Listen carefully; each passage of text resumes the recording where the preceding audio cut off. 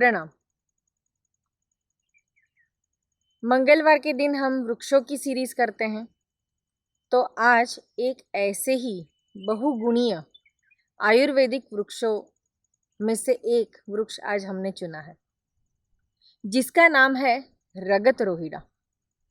संस्कृत में तो इसे रोहितकी कहते हैं, गुजराती में इसे रोहिड़ो कहते हैं, मराठी में इसे रक्त रोहिड़ा कहते हैं और हिंदी में इसे रोहिड़ो, रोहिरी, रोही ऐसे अलग अलग नामों से ये वृक्ष जाना जाता है।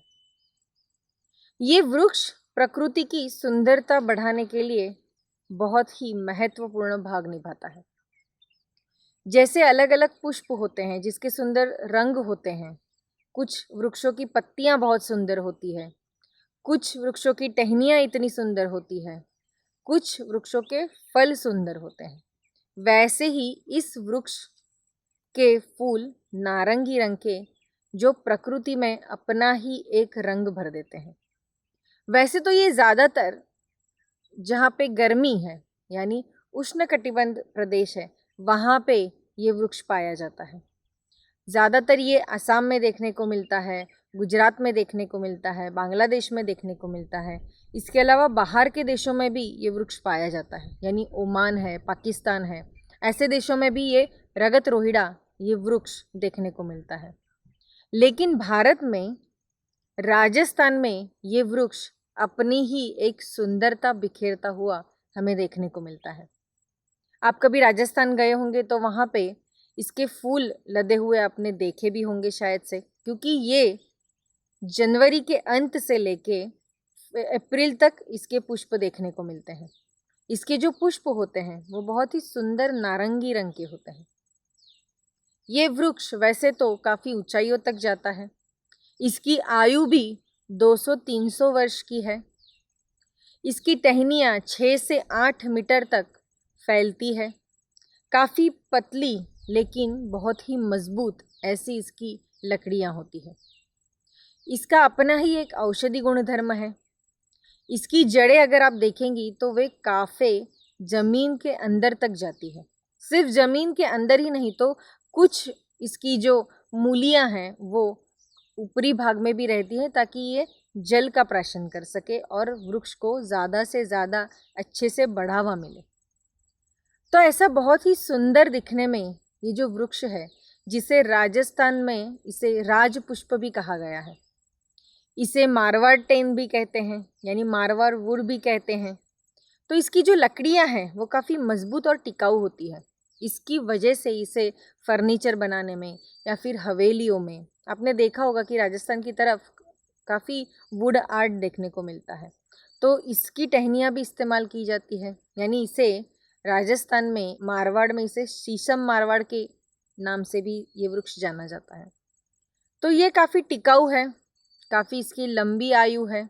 जैसे ये सुशोभन के लिए या फिर प्रकृति में इसका अपना ही एक अनोखा रंग है, वैसे ही हमारे आयुर्वेद में भी इसने काफ़ी अच्छा काम किया है ये वृक्ष ने। तो चरक संहिता अगर आप देखेंगे या फिर सुश्रुत संहिता अगर आप पढ़ी होंगी तो उसमें रगत रोहिड़ा के ऊपर बहुत ही अच्छे से आयुर्वेदिक जड़ी बूटियाँ या औषधि बताई गई है। वैसे तो ये वृक्ष रक्त के लिए ज़्यादा जानी जाती है, यानी जिन लोगों को रक्त में कुछ कमी है या फिर रक्त जिनका अशुद्ध है, जिनका रक्त ठीक से पूरे शरीर में बह नहीं रहा है, कुछ गांठियाँ हो जाती है, तो ऐसे में भी रक्त रोहिड़ा का चूर्ण लेना बहुत ही उपयुक्त माना गया है।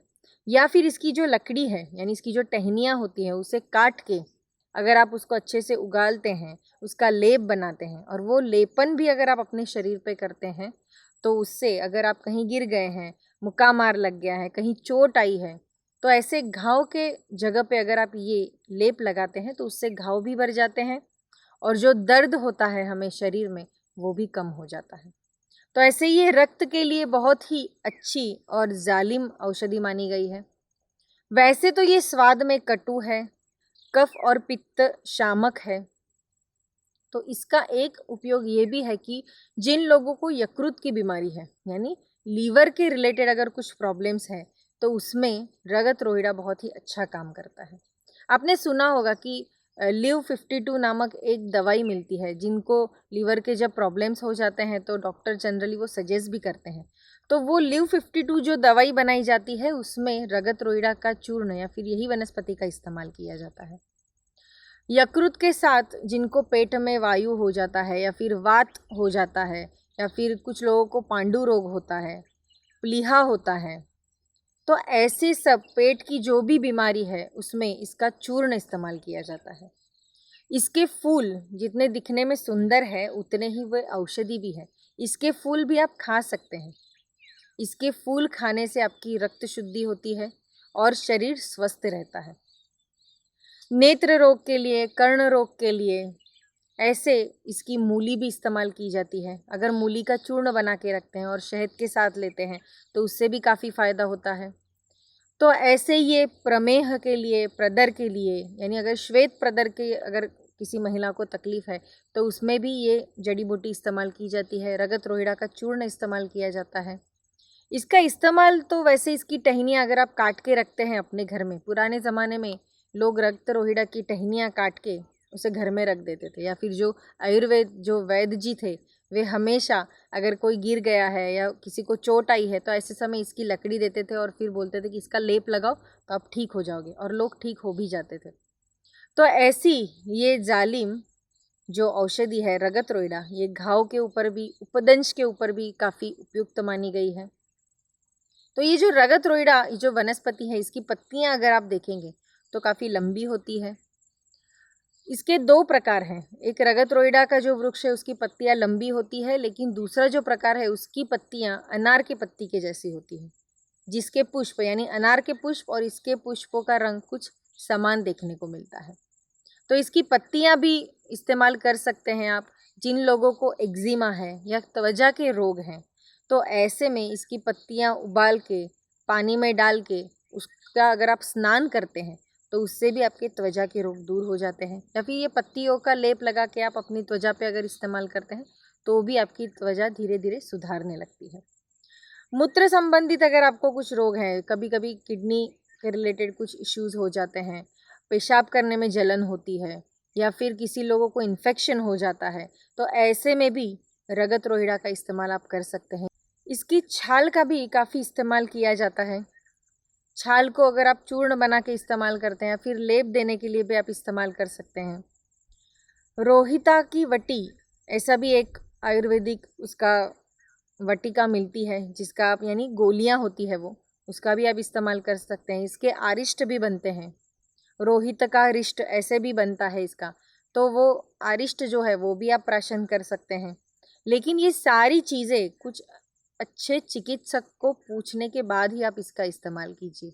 मैं हमेशा मेरे वीडियो में कहती हूँ कि कोई भी दवाई आप अच्छे चिकित्सक के पास जाइए, आपका कैसा आपकी प्रकृति है वैसे ही वो प्रमाण में आपको वो औषधि लेनी है, क्योंकि हर व्यक्ति को एक ही प्रमाण में औषधि नहीं दी जाती। सबकी प्रकृति अलग है तो औषधि की मात्रा भी वैसे ही फिक्स की जाती है। तो अच्छे चिकित्सक की सलाह लीजिए और फिर ही ऐसी दवाइयों का इस्तेमाल कीजिए। लेकिन ये बहुत ही जालिम और अच्छी औषधि है, अपने बच्चों को भी इसके बारे में बताइए। ये वनस्पति जो है ये सिर्फ औषधि ही नहीं तो भौगोलिक हमारी जो संतुलन है उसमें भी बहुत ही महत्वपूर्ण इसकी भूमिका है। इसकी खेती भी की जाती है। आजकल वैसे तो ज़्यादातर रगत रोहिड़ा के वृक्ष देखने को नहीं मिल रहे हैं, क्योंकि इसके बीज ठीक से अंकुरित नहीं हो रहे हैं। आजकल हम बहुत ही आधुनिकरण की तरफ जा रहे हैं तो ट्रैक्टर वगैरह लगा के हम खेती करते हैं, तो कभी कभी इसके बीजों को नुकसान भी हो जाता है। लेकिन अगर आप इसके वृक्ष लगाना चाहते हैं तो अगर इसके बीज आपको मिलते हैं तो उसे अगर आप 4-5 दिन भी पानी में भिगोते हैं तो वे अच्छे से अंकुरित हो जाते हैं। फिर आप उसका वृक्ष अच्छे से संभाल सकते हैं और लगा भी सकते हैं। कुछ लोग इसकी खेती भी करते हैं क्योंकि फर्नीचर्स, दीवारें, खिड़कियाँ, ये सारी चीज़ें बनाने के लिए ये बहुत ही महत्वपूर्ण है। काफ़ी मजबूत होता है ये वृक्ष, इसीलिए इसकी खेती भी की जाती है। तो जिससे जो भी किसान खेती करते हैं उनकी आर्थिक परिस्थिति मजबूत रहे और उन्हें भी अच्छे से उसमें से लाभ हो, इसीलिए उन्होंने भी खेती करनी चाहिए। आपके अगर कोई खेती है तो उसके बांध पे भी आप ये वृक्ष लगा सकते हैं। जो हमें आयुर्वेद की तरफ से भी अच्छे से हम उसका इस्तेमाल कर सकते हैं और घर के लिए भी हम इसका अच्छे से इस्तेमाल कर सकते हैं। तो ऐसे ये रगत रोहिड़ा वृक्ष है।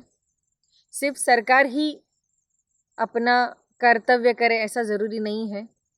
हम भी अगर वृक्ष लगाते हैं, उसको अच्छे से हम संभालते हैं, तो कुछ योगदान तो हम हमारी प्रकृति को दे ही सकते हैं और फिर प्रकृति का संतुलन हम बना सकते हैं, ताकि आने वाली पीढ़ी को आजकल जो ग्लोबल वार्मिंग हो रही है उसका और भी सामना करना नहीं पड़ेगा।